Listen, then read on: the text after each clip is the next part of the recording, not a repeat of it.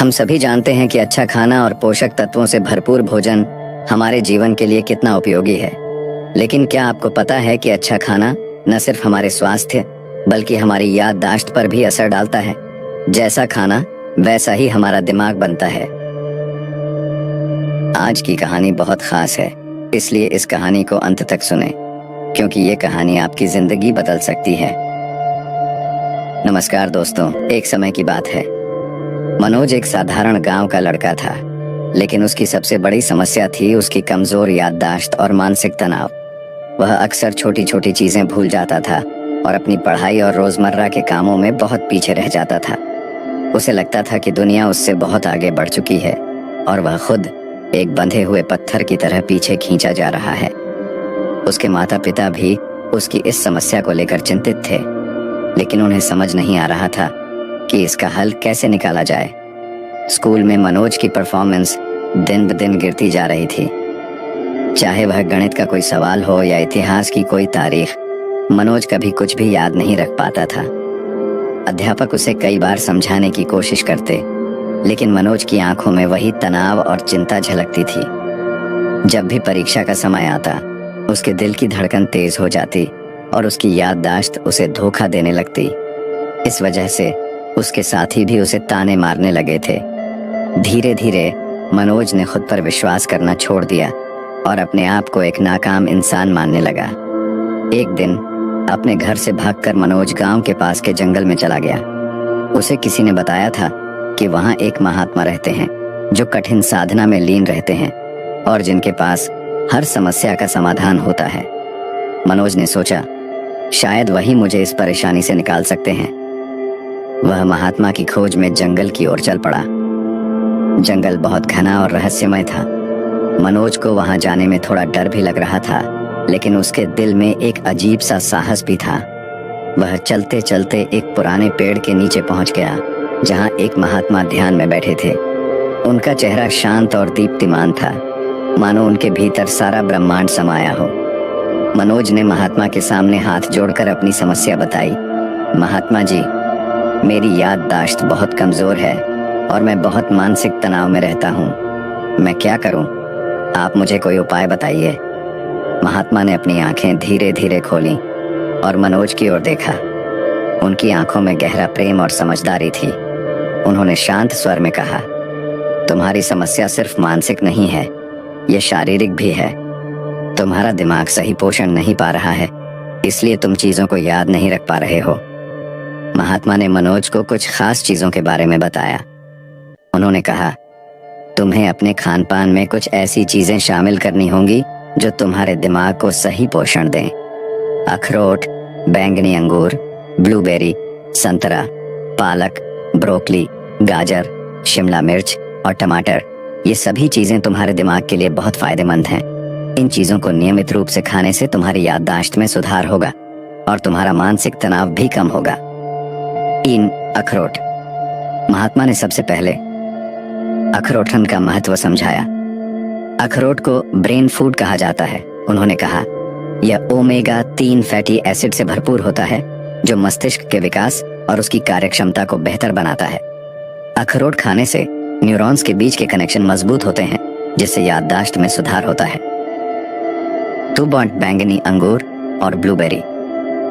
इसके बाद महात्मा ने बैंगनी अंगूर और नो ब्लूबेरी आनस का जिक्र किया। इन दोनों फलों में एंथोसाइनिन्स होते हैं। महात्मा ने बताया, ये फ्लेवोनॉइड्स का एक प्रकार होते हैं जो मस्तिष्क की कोशिकाओं की रक्षा करते हैं और उनकी कार्यक्षमता को बढ़ाते हैं। यह न केवल याददाश्त को तेज करता है, बल्कि सोचने समझने की क्षमता को भी बेहतर बनाता है। 3. संतरा। संतरा के बारे में महात्मा ने कहा, संतरा विटामिन सी से भरपूर होता है, जो एंटीऑक्सीडेंट के रूप में कार्य करता है। यह मस्तिष्क की कोशिकाओं को फ्री रेडिकल्स से बचाता है, जो समय के साथ उन्हें नुकसान पहुंचा सकते हैं। अगर तुम नियमित रूप से संतरा खाओगे तो तुम्हारी याददाश्त बेहतर होगी और तुम्हारा ध्यान केंद्रित रहेगा। 4. पालक। पालकवन के बारे में महात्मा ने बताया, पालक में फोलेट, विटामिन के और एंटीऑक्सीडेंट्स होते हैं, जो मस्तिष्क के लिए बहुत जरूरी होते हैं। यह न केवल तुम्हारे दिमाग को तेज करता है बल्कि तुम्हें मानसिक रूप से मजबूत भी बनाता है। पालक खाने से तुम खुद को अधिक तरोताजा और ऊर्जा से भरा महसूस करोगे। फिर महात्मा ने ब्रोकलियंस का महत्व समझाया। ब्रोकली में विटामिन के और कोलिन होता है। उन्होंने कहा, विटामिन के मस्तिष्क की कार्यक्षमता को बढ़ाता है, जबकि कोलिन याददाश्त को सुधारने में मदद करता है। ब्रोकली खाने से तुम्हारा मस्तिष्क तेजी से काम करेगा। छठी, गाजर। महात्मा ने गाजरन के फायदों पर भी प्रकाश डाला। गाजर में बीटा कैरोटीन होता है। उन्होंने कहा, यह एक प्रकार का एंटीऑक्सीडेंट है जो मस्तिष्क की कोशिकाओं को नुकसान से बचाता है और उनकी कार्यक्षमता को बढ़ाता है। अगर तुम गाजर खाओगे तो तुम्हारी दृष्टि भी बेहतर होगी और तुम अधिक ध्यान केंद्रित कर पाओगे। 7, शिमला मिर्च। टमाटरन के बारे में महात्मा ने कहा, टमाटर में विटामिन सी और ल्यूटिन होता है। यह आंखों के लिए आवश्यक पोषक तत्व हैं जो उसे स्वस्थ रखने में मदद करते हैं। इससे तुम अपने विचारों को बेहतर ढंग से समझ पाओगे और याद रखने की क्षमता भी बढ़ेगी। अंत में महात्मा ने टमाटर के गुण बताए। टमाटर में लाइकोपीन होता है। उन्होंने कहा, यह एक शक्तिशाली एंटीऑक्सीडेंट है जो मस्तिष्क की कोशिकाओं को क्षति से बचाता है और उनकी कार्यक्षमता को बेहतर बनाता है। अगर तुम टमाटर को अपनी डाइट में शामिल करोगे तो तुम्हारा मस्तिष्क अधिक कुशलता से काम करेगा। मनोज का नया जीवन। महात्मा की बातें सुनकर मनोज के मन में एक नई आशा जागी। उसने महात्मा को धन्यवाद दिया और उनके द्वारा बताई गई चीजों को अपने खान पान में शामिल करना शुरू कर दिया। कुछ ही महीनों में उसकी याददाश्त में बड़ा सुधार देखने को मिला।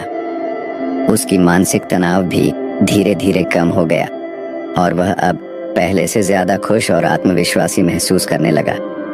मनोज ने महसूस किया कि उसकी याददाश्त और मानसिक शक्ति सिर्फ बाहरी साधनों पर निर्भर नहीं करती, बल्कि उसके आहार और जीवन शैली पर भी गहरा असर पड़ता है। उसने महात्मा के उपदेशों को जीवन भर याद रखा और अपनी सफलता की कहानी हर जगह सुनाने लगा। इस तरह मनोज ने न केवल अपनी याददाश्त को बेहतर किया, बल्कि एक नया दृष्टिकोण भी पाया। वह समझ गया कि सच्ची मानसिक शांति और शक्ति भीतर से आती है और उसे पोषित करने के लिए सही आहार और मानसिक संतुलन बहुत जरूरी है। यह कहानी हमें सिखाती है कि हमारे शरीर और मस्तिष्क के बीच एक गहरा संबंध है। यदि हम सही पोषण और जीवन शैली का पालन करते हैं तो हमारी मानसिक और शारीरिक क्षमता में सुधार हो सकता है। बाकी अगर ये कहानी आपको अच्छी लगी हो तो इस वीडियो को लाइक करें